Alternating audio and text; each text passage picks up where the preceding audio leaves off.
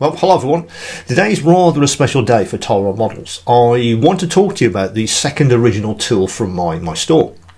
The first, of course, was the workstation. It's been a couple of years now since that came out, and it's sold all over the world. And many thanks to you all who sent me pictures and videos of how you're using the workstation. It's great to see how it's transformed your modelling spaces. The second product we've designed, I think, could be revolutionary for many modelers. What I want to show you today is a way to handle small parts when you want to manipulate them in some way, but also when you need to paint them. About a year ago, we started working on this project, and I say we, as the products have been developed with the aid of my design engineer, Darren. Darren has vast knowledge of engineering, expert in CAD/CAM, and also a massive knowledge of materials, all of which have come in very handy for the development of this product. So let's head over to the workshop where I'll do an unboxing of the new product and a full demo. See you there. Okay everyone, here we are in the workshop. Let me just have a quick sip of tea before we get started. Right, as I said in my introduction, the tool I've developed is designed to help us hold small parts while we're manipulating them in some way, or when we want to paint them. Of course, we already have several solutions. The obvious one is good old tweezers. These are obvious choice, but it can be difficult to hold small parts when you need to do something, or indeed when you want to paint a very small part. Clips like this one also have been the mainstay for for us model makers for decades. I'm sure you all use these, and I'm sure you got lots and lots of these on your benches and have done for frankly forever. The issue tends to be with these jaws. That's where I've been finding that they, for small parts, they aren't fine enough. They don't come to a point or a tip or anything like that, so you can hold a very small part. They just don't. They don't allow that to be possible. Many of us resort to sticking something on the end of one of those clips, and my go-to is this stuff. This is I think it's called white tack. This is been my go-to for some time. But again, it's not ideal because this stuff tends to leak a residue onto your parts, and also I tend to have a habit of pushing the part in. Either goes in too far, then I can't get it off, or I put it in too far and I'll do paint the part, and when I take the part off I'll miss a bit because it's been pushed into this material too far. So again, not an ideal way of holding small parts. You could go down the lolly route. You get yourself a pack of lollies and put some kind of tape on the end. In my case, this is a bit of Tamiya masking tape, which I've just folded over. Again, it works, but the surface you get is quite small, as you can see, and it doesn't really hold the part. So I felt with enough adhesion, parts tend to fall off, or it wasn't very good. But really, the issue with this is the size. You can't get many parts on the end of one of these lolly sticks. So these have been sort of our go-tos for decades, haven't they? All these solutions together have really only allowed us to do certain things with very small parts. We haven't really been able to sort of innovate in any way. The tool I've developed solves this problem, and I think it could transform your model making. So let's move to the unboxing and the demo.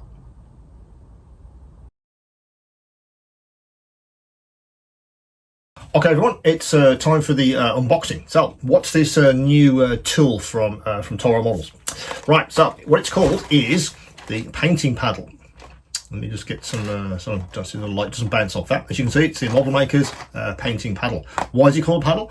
Well, as you can see from the design, when I put the whole thing together for the first time, it looked like a paddle. So I thought, okay, there you go. It's sort of named itself. It looks like a paddle, so we've decided to call it a painting paddle. Although the applications are much wider than just being able to hold small parts ready for painting. So that's the front of the box. The back gives you some basic instructions, but I'm about to show you how this thing works, so you shouldn't need to look at that very much.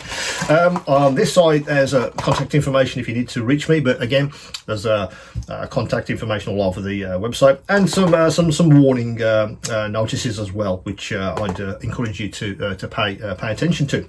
And on the other side it just gives you an indication of what you actually get in the box, which is 20 painting clips, 30 adhesive tabs, and 3 painting paddles themselves. Right, so let's see what you actually get in the box. Let me put that there. If you'll stand up, and it should do. You'll leave it there. Yeah, there. Okay, so in the box you get all of this stuff, which is the painting panels themselves, some tabs, which I'll explain in a second, and some clips. So let me just take these baggies off. So painting clips themselves. So these clips, as you probably guessed, are from good old Display. I looked far and wide, and I tested pretty much every clip on the planet, and as usual, Display really won hands down with quality and what I was looking for the painting panels themselves. I was looking for a clip which was really well engineered, so we could build the rest of the painting panel product around the clip. So we decided to go with these. Now, as you can see, there might only be 3 painting panels in the box, but you get a full set of these. There's 20 of these in this bag. I didn't want to split these off and just give you 3 because I felt these were very, very useful indeed. So yes, obviously you have enough for the painting panels themselves, but then you have a plenty more for use in your model making in general. And if you haven't used these clips, I feel that once you've used these, you'll never go to another clip again because they are absolutely fantastic. So let's just get one out. So I'm going to need one to show you how the actual painting panel assembles and how you use it. So let's just unclip one from its cardboard. So you might have seen these on the introduction course, so I did use these as an example. The usual red colour from Display, but very, very strong. That's what I liked. They didn't bend, they weren't going anywhere. I had to put a lot of force through that to put a bend on it. That's which is what I liked, but particularly because I needed stability right across the clip. So when you're holding these with a painting paddle on the end, it's not going to move around. You need these to be solid. So when you're going in for very, very small details, this is the clip you want. I also like the mechanism, really nice, very smooth, and Display, and also paid some attention to how they put the rubber over the actual jaws of the clip. That's been put on very, very nicely indeed, and I really like that. Also, it helps with the stability of the paddle itself, again, which I'll explain in a second. So that's the clip itself. Now let's have a look at the actual painting paddles, which are yet another very noisy baggie. So let's do that.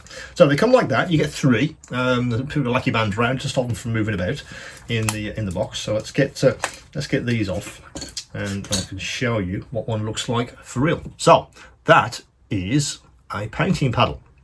It measures 40 millimeters square. We did go through a few iterations what kind of design this could actually look like. We toyed with it being circular at one point, but because of the manufacturing of the tabs, which I'll show you in a sec, and I dropped it. With the tabs, then obviously the square form factor was much better. It's got a recess on both sides. Again, that's very useful for the tabs, and I'll show you that again in a sec. And it's got this attachment at the bottom, and we spent a lot of time on the design side for this, what this would look like and how it would be, how it could look and how it would hold the clip in place. As you can see, it's got a sort of tunnel on the top, and I guess you can call it a sort of serrated almost staircase on the other side. That's there for a reason, and again, I'll show you when we start assembling this for real. As I said, this is 3D printed. I print these here. When I was thinking about this product, I was also getting into 3D printing. This is made out of PLA plastic. Went through a few iterations of different types of plastic, and this one really allowed us to have some very interesting designs, and it's robust enough for our needs without being ridiculously expensive or very hard to make. So I actually print these here. My printer's going at the moment, making even more of these. It's PLA, so it's very, very stable. The actual surface itself should not erode over time with most of the stuff that we use in our model making. The only stuff I've found with PLA that you need to take care with is acetone.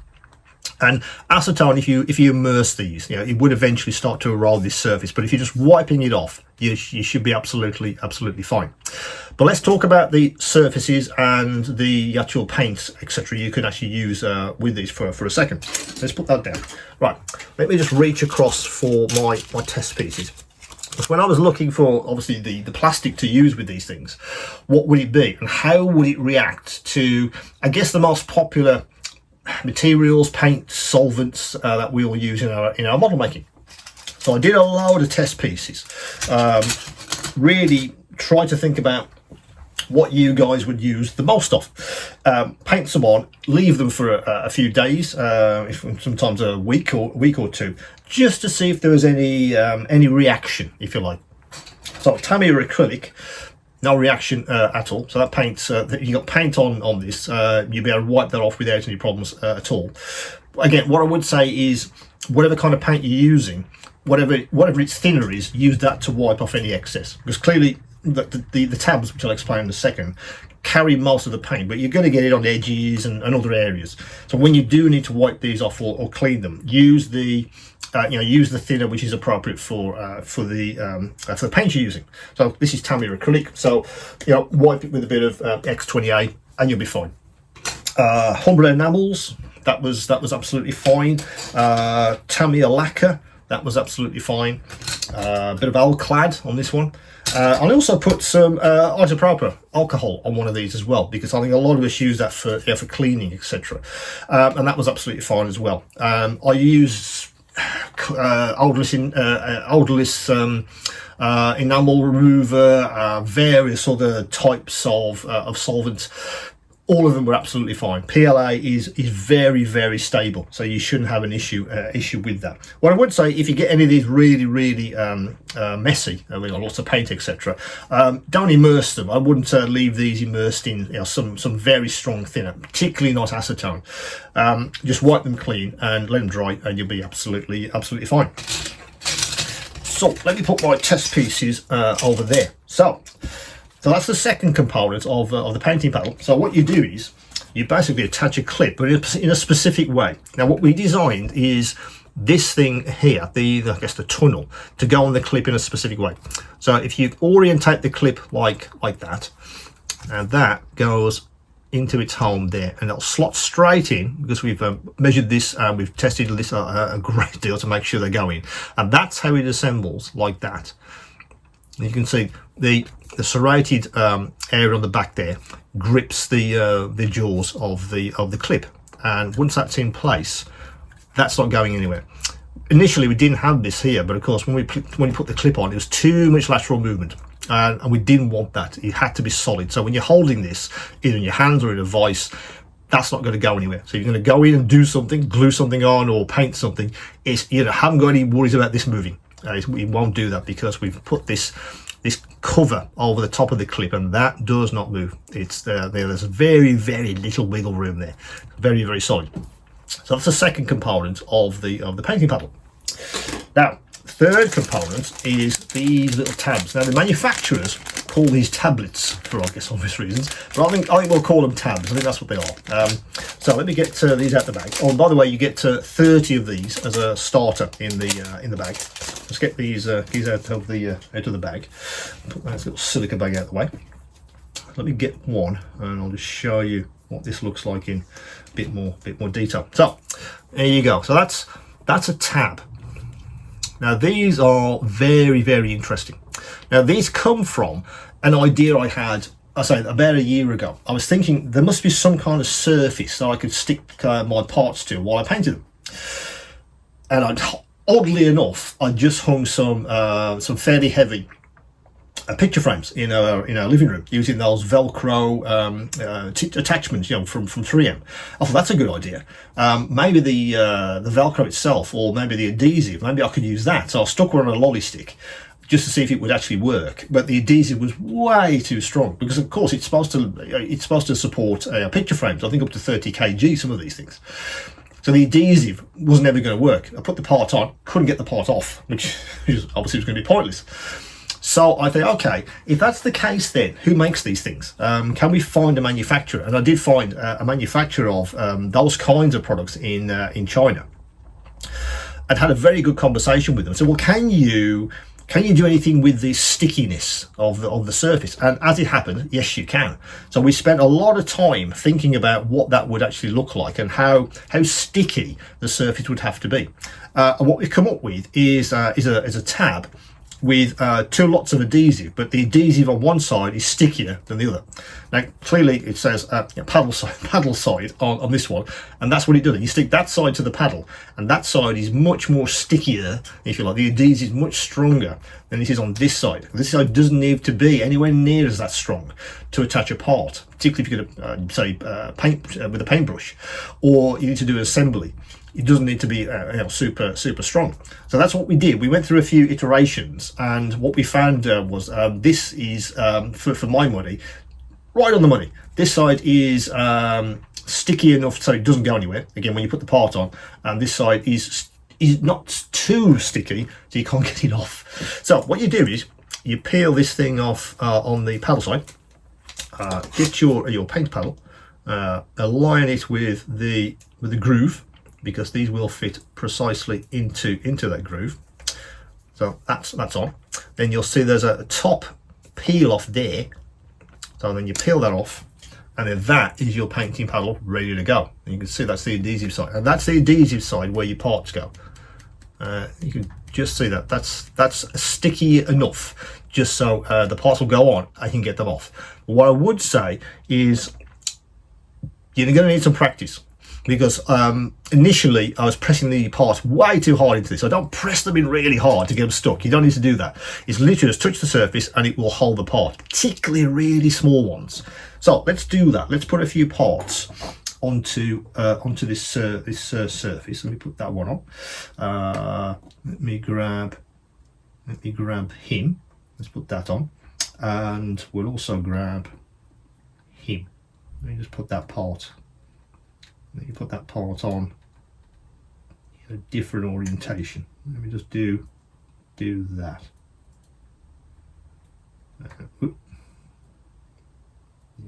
Here it is. That should fit on there.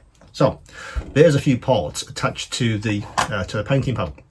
So that was the concept. Could we develop something like this to allow you something to hold some surface where you could stick these parts and then do either sub-assemblies, or in my case a lot of painting of very small parts, and once they're on, can you get them off? And again, that's the whole idea. Once you say that was painted, and then you can just take that off and either onto your model or to the next thing, and so on, and just goes on like that. And you can orientate these. If it's got a flat surface, you can attach it to this this sticky pad. Now, of course, the whole concept here really came from painting, because if you wanted to use these for sub-assemblies, you can absolutely do that. I'm thinking of you guys that do very small scale models, particularly armor. Anything that you want to hold, or you're having real problems trying to hold this thing, how would you do that? So your sub-assemblies are much easier. And again, helps with the workflow, which I often talk about across these videos. You can load these with as many as you can get on. That's what I do. And as you probably noticed, you can get another one here, and it's double-sided. So in effect, you can get 4 tabs on here. And what I've been doing is loading these with all the parts, probably that have the same color. Do all the painting, and then what I've been doing is putting these into my drawing booth, which has just hit the store quite recently.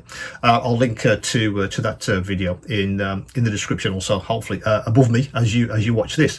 So that's the workflow for me. Lots of small parts. Either get the primer on first, into the paint booth, out, get the paint on, back into the paint booth, etc. And you can stack a lot of these in one of the clip holders. It does fit. I measured this, so it does fit at the back. You can get these into the paint booth, and it closes. It's fine. Works fine. And that gives you amazing workflow then. If you have a few of these and lots of parts to paint, then it comes into its own beautifully. I say I'll load some cases, dozens of these, get them into the paint booth, out, and so on, and it's allowed me to have a much more efficient way of looking at detailing for parts, sub-assemblies. The list goes on, and I'm sure you guys will come up with some very interesting ways of using these. And please, if you do find maybe an innovative way or something very different which hasn't even occurred to me, then please do get in touch. As I say, you can put another one on there. I'm going to show you let me show you another one that's in place. So you peel off the one that says paddle side, put it on. You haven't got to be massively accurate with these, and then that peels off, and that gives you a second side. When you're finished, say if you were complete, so let's get these parts off, and him. So for instance, your paint session's finished. This is covered with paint, and it's literally just peel off and dispose of. And say if there's any residual paint or other materials, wipe those off with the appropriate thinner, and these guys are good to go. And I just leave these to dry off if I've got some stuff all over them that they just need to dry off, and they're ready to go for the next time. I'll keep these in either like that in the back of my workbench, ready to just reach for when I need one, or I'll take these off and keep them in a drawer. It's entirely up to you how you develop your sort of workflow using these things. Now, of course, over time, you're going to use quite a lot of these, depending on what your application is. I say in the initial pack, you get 30 of these. What I've done is I've put together some refill packs as well. Let me just reach for those. That's what these guys look like. That's a refill pack. Again, you get another 30 of these in this pack. Those are readily available right now, so if you did want to get one of these guys and stock up on some extra tabs, then those are available as well on the store right now. So that's the painting paddle. I say about a year or so in development. I think we've come up with something which absolutely resolves an issue. What I would say for painting applications and other things like sub-assemblies, this thing works beautifully well.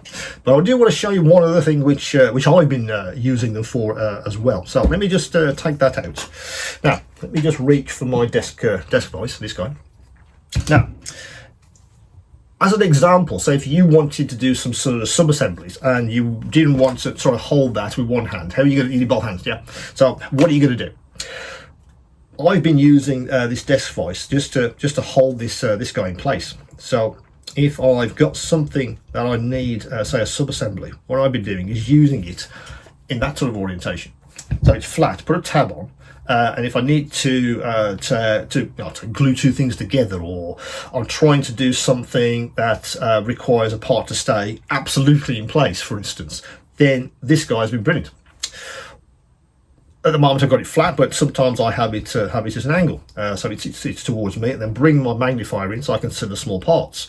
You can see where that could be quite a useful way of doing that. If you don't have one of these vices, of course, you could just use a standard vice, or however you hold larger parts. If it's too low for me, let me just reach out for my trusty block, which is amazingly useful. If I need it to be higher, that fits on there. Bring my magnifier in, do whatever I need to do, and away we go. I've even attached parts on this for soldering. As you know, I do some electrics with some of my models. So I've done that. I've attached, say, a couple of parts that need soldering, or a couple of wires on a tab, so it holds it in place, instead of using those helping hands with the clips on, which I don't find very useful.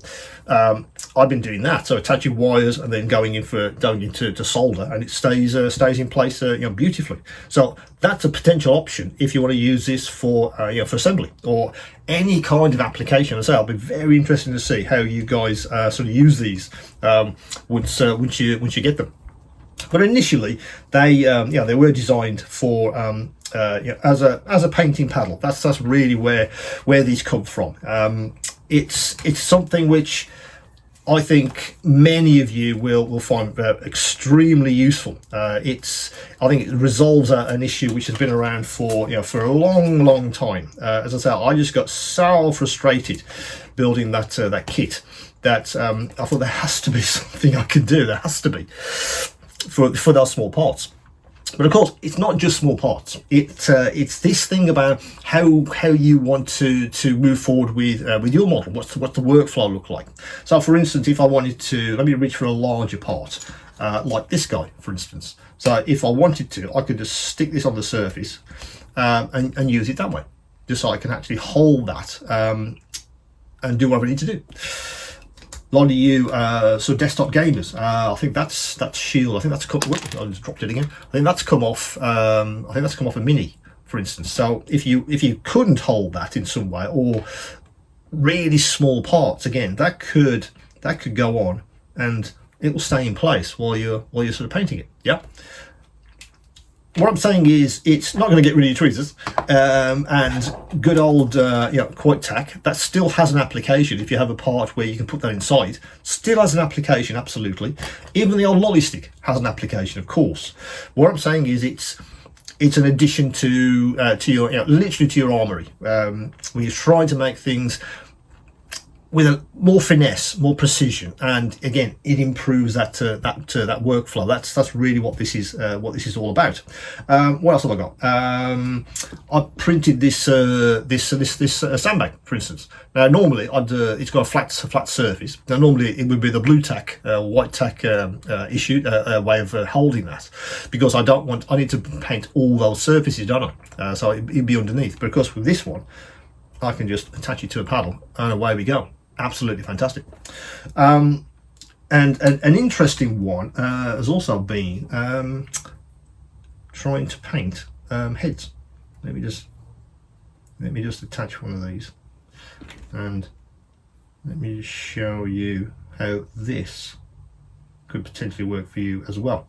So I just attached two 1/35 scale heads to that. Now, normally what would you do? We'd put a bit of what's it called, a paper clip into it, drill a hole, and that's how you hold these things if you're trying to do the heads separately. But with this system, you can attach them, and they are, nearly dropped it, they are pretty robust, yeah, because you're not going to be moving around much, because the paintbrush isn't going to shift these. What I would say, if you're trying to airbrush these, do some experiments. Because the surface area is quite high, so your airbrush on very high PSI might blow these off. Again, it's really a case of what your application is. Yeah, if it's smaller parts and they're attached quite strongly, I've airbrushed loads of things without any problems at all. But PSI for me is it's below 20 or thereabouts, and that hasn't been an issue for me at all.